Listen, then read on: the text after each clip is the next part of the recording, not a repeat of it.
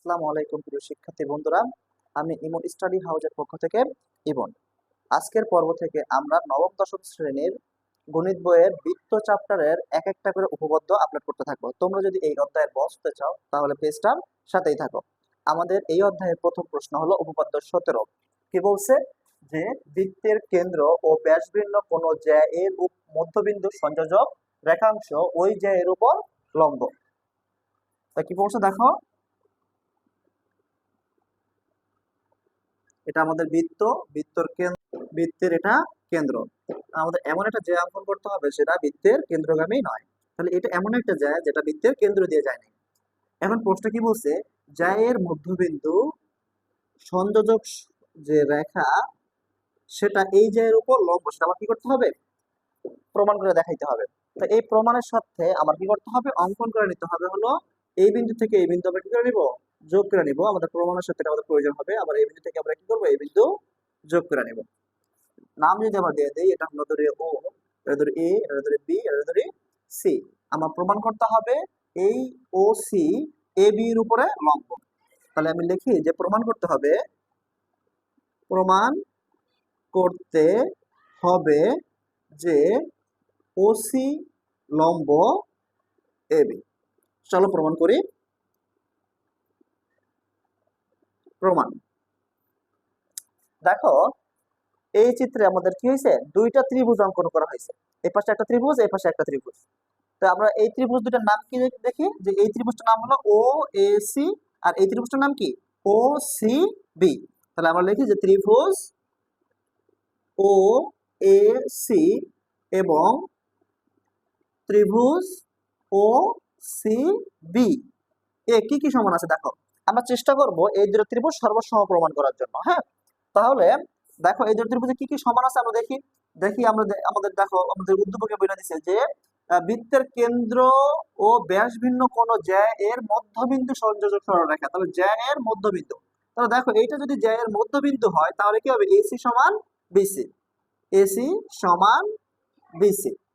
তারপরে দেখো কি বলছে, দেখো এই ও এ সমান ও বি। কেন ও এ সমান ও বি? কারণ এই দুইটা বাহুই একই বৃত্তের ব্যাসার্ধ।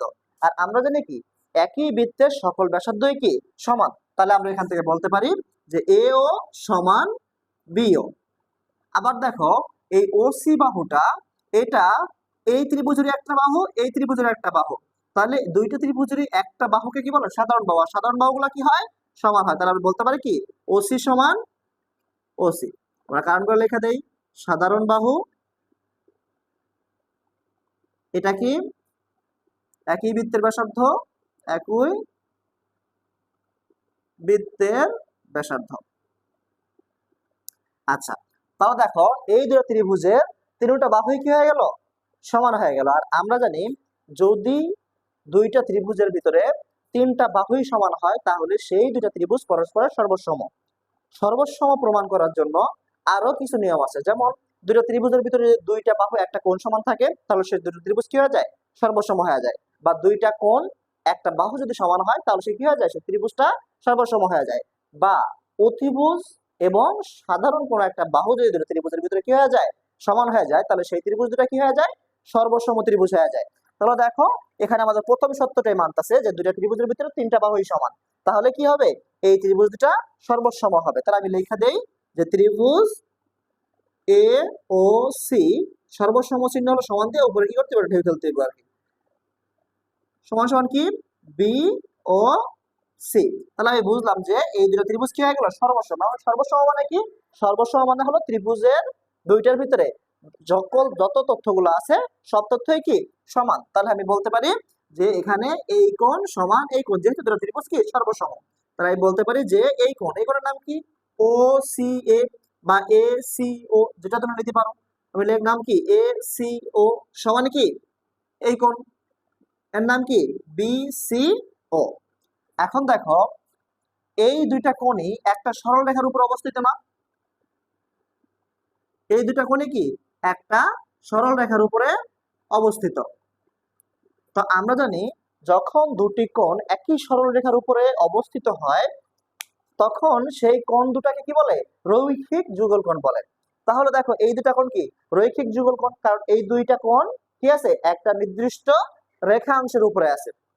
তাহলে আমি বলতে পারি যে কোণ এসিও এবং কোণ বিসিও রৈখিক যুগল কোণ, রৈখিক যুগল কোণ, এবং